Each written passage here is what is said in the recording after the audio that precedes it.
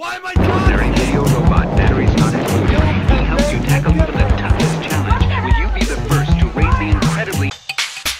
Oh, sweet! Video games are fun. Clicking buttons, right up my alley. But you know what I love more than playing a game?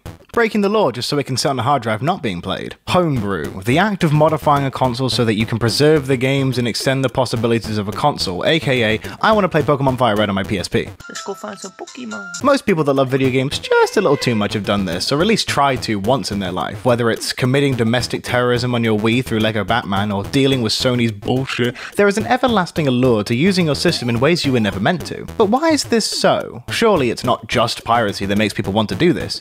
And you're right, that's only 99% of the reason. Games are expensive, often disappointing, and constantly releasing. It's been this way for a very long time, and for the average Joe, it can get a bit much. I mean, just pick one system and instantly you have enough fun to set you back 3 lifetimes and just as many mortgages, so there's a certain appeal to knowing there's a way to access all of this and even more for free, if you know how to follow basic instructions on some random website. Think of it as the console equivalent as modding a game. Once you've had your fun with what the developers intended, a whole new world of customization and additions to extend the life of the thing far beyond what anyone ever thought are right at your fingertips, and with some patience, you too can feel like a genius for installing things other people worked hard on. Isn't that cheating the public? The act of the hack goes all the way back to the PS1, and probably far before that if I wasn't too lazy to get into it. Back in the days of the PS1, consumers used parallel ports in early models to play region-lock games and use cheat codes, along with using a physical mod chip to get past the wobble and groove stamped into every PS1 disc and play as many titles as their heart desired. My PS1 has this, and it's the leading reason why my PS1 collection is also a creepypasta writer's wet dream. Over the console's life, Sony and the modders were on a constant battle, with PS1 games being released with code to detect the mod chips and the mod chips getting fancier and fancier to compensate. This was classic battlegrounds, the kind of stuff you wouldn't see today, and it was the start of something beautiful. Following this, the PS2 started out with mod chips, just the same, until a little break as the network adapter changed everything. With this thing, anyone with a PS2 released before 2009 can, to quote a 13-year-old forum post, turn a perfect system into a masterpiece. Custom firmware, emulators, playing games from the hard drive. This wasn't the PS2 you bought anymore. It was your PS2. And it didn't stop there. The talented freaks of this community kept updating and developing modding methods all the way to today, with new, easier methods for all of it still being discovered. If that doesn't prove that this is something slightly more than piracy, I don't know what will. There's something so enticing about stuff like this. It's like the video game version of filling your bedroom with embarrassing posters. It turned what was already a multimedia fun box into something you can use to express yourself, something you could use to experience so much more than what Sony was offering. And you could play games for free as well, that was a plus. Nintendo has a fruitful history with Homebrew. Nintendo fans, much more than any other video game fans, are deranged. Look how much longer it takes to select Wario. I swear, people will die in the trenches for the boxes this company puts out. You get a Nintendo fan to talk about their favorite Nintendo game, you get free material to torture the inmates of Guantanamo Bay. I'm not excluding myself in this. So, take this dedication to a brand, mix it up with sugar, spice, poorly designed security, and a love of modding systems, and you get what I can only describe as pretty cool. Let's start with the Wii. The revolution was right, and it's all thanks to this little slot. Starting in 2008, hackers were able to take down the Wii security with a pair of tweezers, and from then on it was a free-for-all. Using edited save files in different games lets you install custom firmware, the Homebrew channel, and from there, emulators, themes, custom virtual console games, free games, better performance in GameCube games. If you buy a Wii in 2023 and have a free weekend, you can make the thing unrecognizable and, in turn, give a Nintendo employee an early grade. A similar phenomenon happened with the Wii U, which could do even more thanks to RetroArch and modern advancements, and the first models of the Switch were discovered to have an unpatchable physical way of hacking the thing. My Switch is one of these, and if you notice I went out on my way to buy one of these,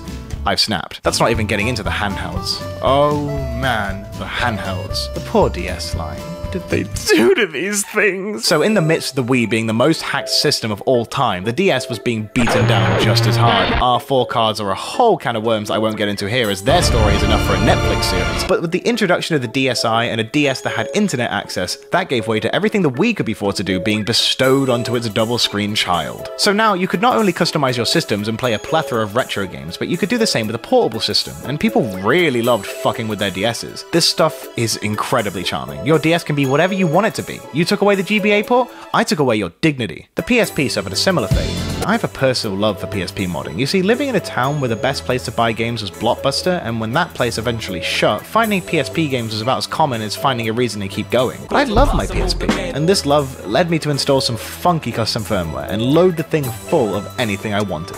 Finally, my PSP was no longer a dedicated Superbad machine. I played so much stuff and made so many memories this way. Outside of actual PSP games like Tony Hawk's Underground 2 and GTA Liberty City Stories, this was how I beat classics like Super Mario World, Spyro, and Toy Story 2 for the first time. Outside of this, I've modded several systems of my own. My Wii was regularly bombarded with letter bombs, with my Wii U solely being purchased for the same purpose, which is why my Wii U physical library consists of, yeah, okay, and fuck yeah. The most recent of my homebrew escapades has been my 3DS XL. I had always liked this thing, but in my eyes it was just never as good as the DS or my heavily abused PSP. A lot of the games people adored for this system never made their way to my hands from lack of opportunity, so my 3DS showed me a pretty good Mario game, an okay Mario Kart, Confusion, and the downfall of one of my favourite franchises. But after 2 weeks of every social media I used bombarding me with reasons why I should get out my old slab and pump it full of homebrew, I installed all the games I never got to experience and opened my eyes to just how great this thing is. Experiencing titles like A Link Between Worlds, Kirby Triple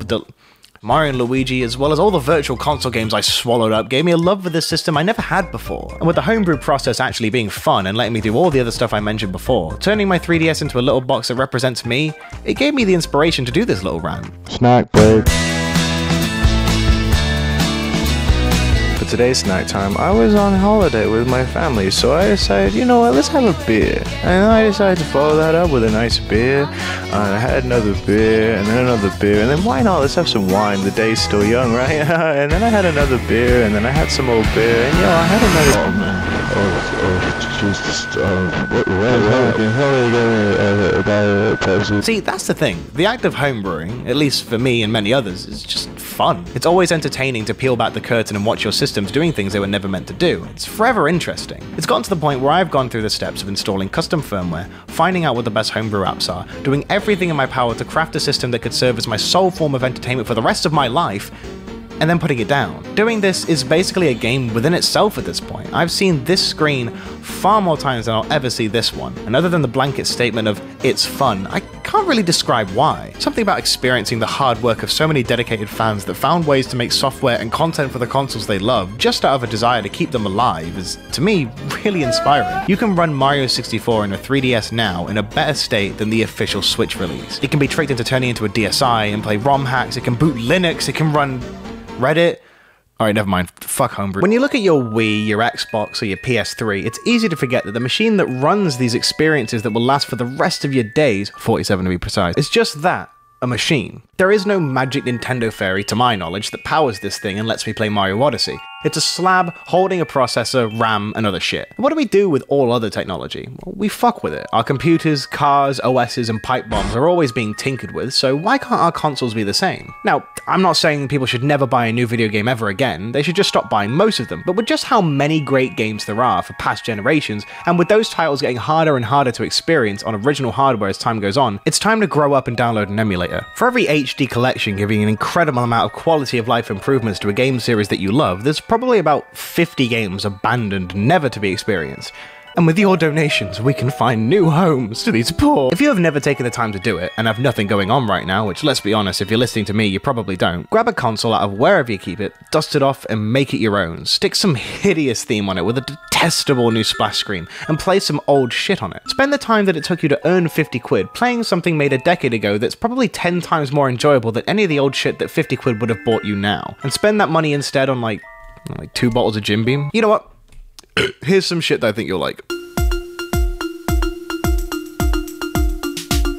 Where do I begin? Rayman 2: The Great Escape is one of the best 3D platformers ever made. The art style, music, and atmosphere are pretty unmatched, even today, but the controls might make you twitch, and be careful which version you emulate because some of the ports suck. I'd say emulate the Dreamcast version, and if that's too much for your system, there's the PS1 port if you're desperate. Everyone and their dog should be able to say that they've played Spider-Man 2 at least once in their life, and if you've made it this far and you haven't, it's time to remedy that right now. The gameplay is tight, the map of New York is endlessly fun to swing around in, and the cutscenes are goofy as shit. There's nothing not to love. We have to stop that reactor before it's too late.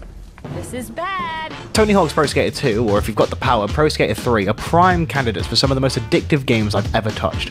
1 and 2 got slapped together into a stellar 3D remake a couple years back, but we're all about not spending money here, so put up with the blocky graphics or get the fuck out. Daytona USA 2001 is a batshit crazy and fun as hell racing game. I don't know what any of this means, but the car go fast so my thumb goes up. Animal Crossing, whichever your device can handle, is always a good time, especially if you're so tired that sleep is desperately needed but just not an option because your brain hates you. My personal favorite is Let's Go to the City, or City Folk if you're wrong, because it was the most fleshed out title before the characters were stolen by the wolves and made ruined. Space Station Silicon Valley is an extremely underrated game. It's hard to explain what makes it so good without just doing a huge deep dive, but to try and hook you in, I'll just say this. You play as a teeny little metal guy and you can latch onto pretty much any living thing and control it, decades before Mario Odyssey made the concept less horrifying. SpongeBob SquarePants: A Battle for Bikini Bottom.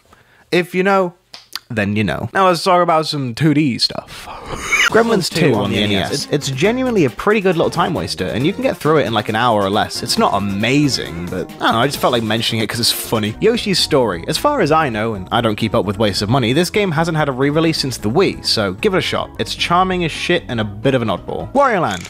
Any of them. In fact, play all of them. There's not a bad one on here. Even that one. There's about 1,000 other titles I can mention, but I don't want to keep you all day. Plus, I'm incredibly lazy, so all in all, homebrewing is cool, and you're cool if you do it. If you think it's morally wrong or inherently bad to do this, then that's fine with me. Go back to paying full price for an HD Wii game and then let me know how much better you feel for it. Jesus, I'm such a bitch.